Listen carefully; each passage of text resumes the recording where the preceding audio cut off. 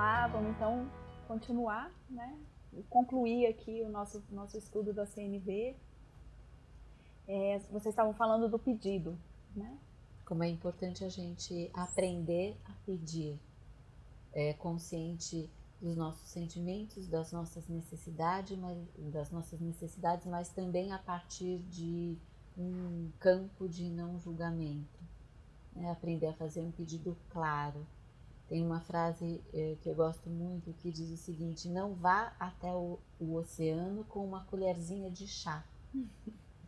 Para receber é preciso aprender a pedir. Então essa é a amarração dos 4 princípios básicos da CNV, que particularmente foram transformadores na minha vida, né? Mudaram para mim toda a perspectiva como eu enxergava o conflito e como eu enxergava a minha reatividade, a reatividade também que vinha do outro, e me ensinou muito como virar essa chave e olhar para tudo isso a partir de um outro lugar, uma perspectiva completamente diferente. É interessante, assim, né? Porque quando eu comecei, então, a investigar, a trabalhar e fui conhecer a CNV, conheci vocês no Acordo de Paz, eu sentia que tinha alguma coisa, né? Eu estava parecendo que eu estava fazendo algo para mim, mas eu via totalmente jurídico a CNV e jurídico o Acordo de Paz, né? E aí eu comecei a mergulhar nisso e estudar, né? Qual é o link, né? O que eu estou vendo aqui? E eu comecei a identificar, foi justamente isso, né, que você colocou aí, essa mudança de paradigma que acontece em mim, em que eu começo a identificar, então, que existem necessidades, que existem sentimentos que precisam ser validados em mim, e isso a partir de uma observação objetiva, né, e que eu sou responsável pela satisfação das minhas necessidades e dos meus sentimentos, né, validação e a partir de um pedido, ou seja, eu tenho que saber pedir.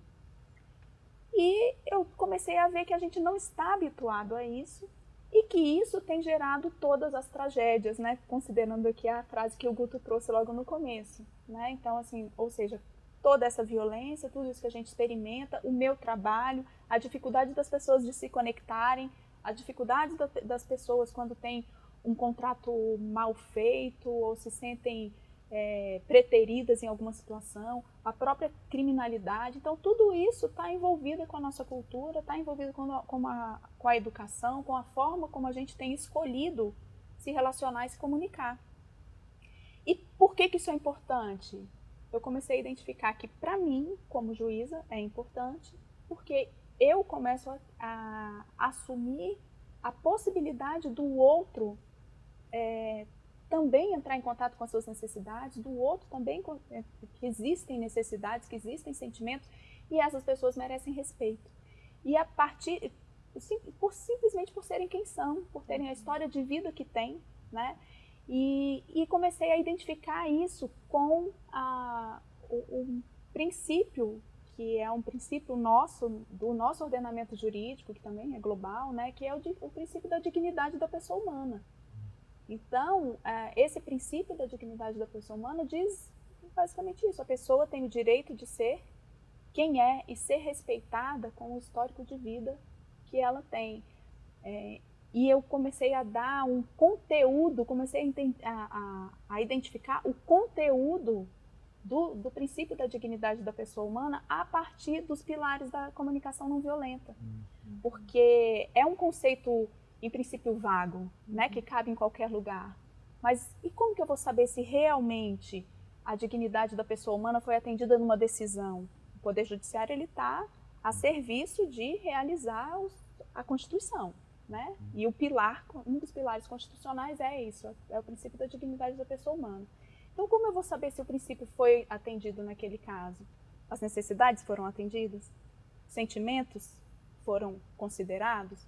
E nem sempre o atendimento, a gente sabe disso, é fazer o que a pessoa quer, mas considerar o que o que aquela pessoa traz, né, a história de vida e ter respeito por aquelas pessoas. Né? E entrar em empatia, né? Exatamente. E essa questão da empatia também é uma outra questão que eu acho bem interessante dentro do jurídico, porque a gente aprende que o juiz tem que ser imparcial. E, de fato, precisa ser imparcial. Mas a gente aprende que o imparcial é você se desconectar totalmente da situação que você está trabalhando. E eu começo a enxergar que, na verdade, o ser imparcial é se desfazer dos próprios preconceitos, dos próprios julgamentos, disso, e se colocar num lugar em que você pode entender uma pessoa, entender a outra pessoa e sem fazer esses pré-julgamentos, sem entrar na interpretação. Né? Então, é uma outra questão bem interessante. Então, esse é o link. Né? Então, é muito importante para o Poder Judiciário conhecer essa cultura, que é uma cultura que eu considero a cultura de paz. Né? E como fazer isso, como trazer isso? A partir da gente mesmo. Né? E aí, como fazer isso a partir da gente? Aí eu conheci vocês, né? que tem uma metodologia que ajuda a gente a olhar para a gente mesmo e começar a identificar essa humanidade, a se colocar, né, a partir de tudo isso que já tem sido muito trabalhado em mediação. Então, os sejus que estão trabalhando com isso, a gente tem uma frente bem inovadora no tribunal, trabalhando com essas práticas. Mas eu acho que a gente está além ainda disso, porque a gente não precisa fazer isso só ali como se fosse algo separado. Né? Então, ali no Sejusc, na mediação, isso está presente e eu tenho visto pelos meus estudos que isso está presente inclusive no ordenamento jurídico, do jeito que a lei está escrita, a gente tem espaço para isso. E eu vejo um outro link também que eu acho bem importante, que o Marshall, ele dizia, ele acreditava, na verdade, que o desejo natural do ser humano é servir à vida. E vocês são servidores públicos, né? Então, eu, pensando nisso tudo, acho que tem muita profundidade nessa questão do servir também, porque ele perguntava assim para as pessoas, ele fazia duas perguntas muito importantes. Ele perguntava, o que te faz vivo? Né? O que está vivo em você? Né? O que está vivo em você? Como você está agora? Que universo é esse de sentimentos, necessidades, emoções? Né? O que está vivo em você? O que você precisa? E como você se sente ao saber que uma atitude sua pode ter tornado a vida do outro maravilhosa? E olha, repara que maravilha que é isso, que é o que você está trazendo, esse link, esse servir, essa oportunidade que nós, do Tribunal de Justiça, nós no Judiciário temos, porque nós podemos tornar a vida das pessoas mais maravilhosa simplesmente a partir do respeito, né? Do não julgamento, porque essas pessoas já, na cultura que a gente está, elas já chegam aqui esperando um julgamento, né? Se punindo-se e reagindo. Se elas são olhadas com humanidade, com respeito, isso já faz uma enorme diferença, que é um passo para a gente estabelecer, firmar a cultura de paz. Exatamente. E aí nós entramos então no acordos de paz. Então, né? Como que podemos fazer isso? A partir disso, do conhecimento de si, né? Do conhecimento de mim, a partir do que eu conheço, das necessidades, sentimentos novamente, né? Dos meus pedidos, eu consigo entrar em empatia com o outro, reconhecer as necessidades, sentimentos do outro. E aí os próximos passos aí nós temos ferramentas, práticas, dinâmicas, vivências, teorias também que nós vamos fazendo esse percurso para poder trazer ferramentas mesmo para serem usadas no dia a dia.